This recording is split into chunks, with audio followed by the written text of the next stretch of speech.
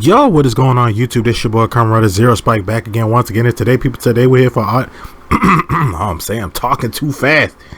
Yo, what is going on YouTube? This your boy Kamen Zero Spike back again once again. And today we're here for Avataro Sentai Donbrothers. And this is a great episode. Sorry I'm late on episode 3. I know episode 4 is out too, but yeah, it's a lot of Kamen Rider stuff been going on. I'm primarily Kamen Rider, so yeah, there's a lot of Kamen Rider going on right now. So yeah, but we here, we out here. Let's do it. But yeah, before we get into the video, guys, please make sure you like, share, subscribe, hit that notification bell, and I'm gonna see you guys on this journey we got going on. But yeah, this episode was pretty good. We finally, oh my god, Yellow finally, names escape me because it's just episode 3, but the names still escape me. She finally realizes that this Amoy Tato has been the guy she's been looking for this whole freaking time. The monster of this episode is Tokuger based. Yeah, he's also monster of the week. This time is Tokuger based, and we also got to see Blue. Blue is in this episode as well, but we see that he's kind of like a poetic hippie, I guess. He doesn't, the way he got. We see how he got his powers in this episode, but we see how he lives kind of like in the countryside. He has like a house out there, and he kind of helps people with their problems, like weird problems. It was this one woman, he helped her with like a skin problem, and then the other one was this boy who was having trouble sleeping, so he was helping him with his problem, and that's basically it. It's basically like what he does, and he's also like a very, very poetic. He speaks slowly and all that stuff. So he doesn't have a phone or anything. So he got his powers the same way everybody else got their powers, but he just found a phone, and there's this app game, that 3 Eyes app game that comes up, and that's how he got his powers. But yeah, he's not a gorilla. He's technically like a baboon, because he has like he has like the big red butt thing. So he's technically a baboon. But yeah, so throughout this episode we actually see that Yellow is helping Taro try to find Amoy Taro, but also trying to help him find the person, this evil delivery man who's going around to see, basically stealing lights. And they actually do get an encounter with Blue. They don't know that he's Blue yet, but we basically see that they go to his house, and we see that the delivery guy, who is basically called Black Bear, he is stealing lights and stuff from people's houses. And that's basically like, if you steal the lights from people's houses, then you basically steal the happiness out of their home, which was this kind of deep if you think about it. But yeah, that's basically what he's doing. And then while he's doing that, we see that he makes an encounter with our third bad guy in this one, the white ninja looking lady, and she's very seductive and all that crap. But yeah, she makes an encounter with him, and she tells him that, hey, keep being greedy and you'll get stronger. So we see how like Yellow, she's trying to find Amoy Taro and stuff like that by basically going on deliveries and stuff with him. And yeah, she tells Kaito like, oh, I'm gonna take some time off, and he's like, okay. I just kind of how Kaito is just like so nonchalant, and he's just like super chill, but not like super chill in like a stoner dude kind of way, but just super chill as like a serious dude kind of way. Like, he's just like, all right. But we see that while they're going to like different places, delivering different packages and stuff like that, we see that they come in contact with these weird dudes that's trying to trying to get her to stay there or whatever. And they ended up beating them up, but she she thinks she's the one that beats him up, but actually turned out Tato is the one that beat him up, because he was like flicking, because he's actually very strong, so he like flicks like these cashews at them, and knocking them out, which is weird. But yeah, so they ended up leaving. She ends up finding out that he is a Moitaro by because he ends up leaving. He ends up forgetting his name tag at her house, and she's like, "Oh, you gotta be kidding me!" And I was like, "Oh, thank God, finally!" Because this whole thing about trying to find him was just so freaking stupid.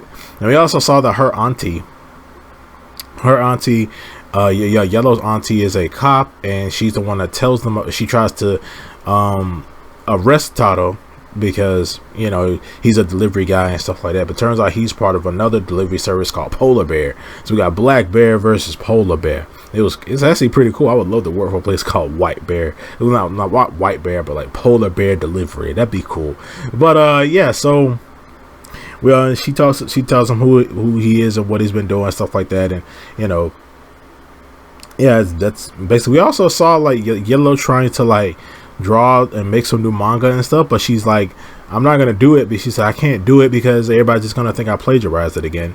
So yeah, but so we end up they end up getting in this car chase with the Black Bear like delivery dude, and she was like, why did you tell me that you were a Moitaro? And he was like, oh, you never asked. And it was like, I hate that trope. I really hate that trope, that whole thing about, we've seen this in Sentai, we've seen this in Power Rangers, and stuff like, oh, well, you've been hanging out with him the entire time, you just never asked me. And it's like, oh, come on. But it's also kind of her fault too, because like she wouldn't even let him, she thought he was all creepy and whatever, she didn't even like him. So, and also she wouldn't let him tell her what his name was, so it's kind of like she kind of brought it on herself, I guess. But yeah, so they get into this little car chase, and he transforms into he tells her to take the wheel, and then he transforms into that little robot form that he has, and then he uses a Tokujin gear, and then as he calls like a little mini train, and then like fuses together with the little train, and then like snips one of the tires and makes it stop. So that's when they get into a fight with him, and well, we see his like monster form. He transforms into his monster form, and I was really wondering, what is the theme of this episode? What's the theme of the monster? It turns out it was Tokujin. I should have got it earlier about the whole thing of it. You know, it was a Tokyo. It was like a train. We had some train stuff going on, but she ended up transforming and It ends up turning into his like monster form, and he ends up summoning those grunts, and then that's when both of them start to fight them. What was funny was the fact that like Taro, like when he transformed into Don Momotaro, he leaves the fight just to get on his bike, just to make like a dynamic like entrance. And I was like, why? Like he transforms, and then after that we see all the other Rangers. We see blue, red, blue, pink, and black. They end up getting teleported there, and you know it seems like every time there's a fight, no matter what the other Rangers are doing, they instantly just get transported to this fight. So they're fighting all the grunts and the monsters and stuff. We actually see that 3 of them transform into yellow, pink. What was it? Yeah, it was yellow, pink, and blue end up transforming into Tokujin, but black doesn't transform into anything. He stays in his regular like dog form. And I was like, okay, he would have transformed, but there is no Tokujin black.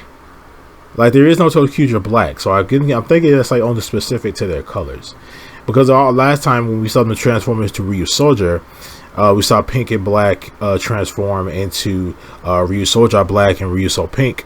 So it's like, but she didn't transform into anything because there is no Ryu Soul yellow. So yeah, I'm pretty sure like that's the reason why they didn't do that. But yeah, so we end up defeating all the little monsters, and then we end up going to fight off the big monster. We have like this big group attack and stuff, you know, the whole thing with them winding like the drums and stuff like that, and you know, him being on top of the tower and stuff, and then shooting. This time it was a little bit more elevated, how like all of them were shooting him, and then soon as he gets ready to do the Momotaro slash, because that's what they called it, that's when our white ninja girl comes in and stops it, and she stops the whole ultimate. Like that just proves how powerful these 3 or possibly how powerful these three are going to be, because you know she stopped an ultimate attack, and that's not something easy to do. So she stops the ultimate attack, and then she ends up fighting up.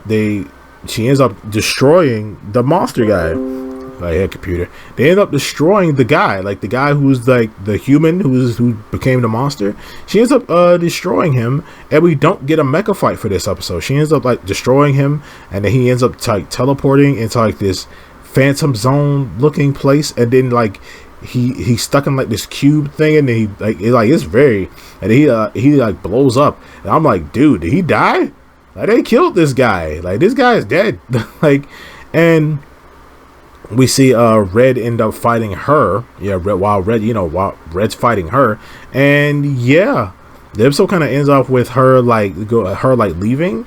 And when Yellow tries to do the whole thing that she was supposed to do when she met him, you know, the whole like swear loyalty to stuff for him, he just looks at her and just kicks her off, like the same way how the other two dudes kicked her off. He kicks her off like that, starts laughing and going, "It's a festival, it's a festival," and starts oh god, hiccup. And starts play fighting the other dudes.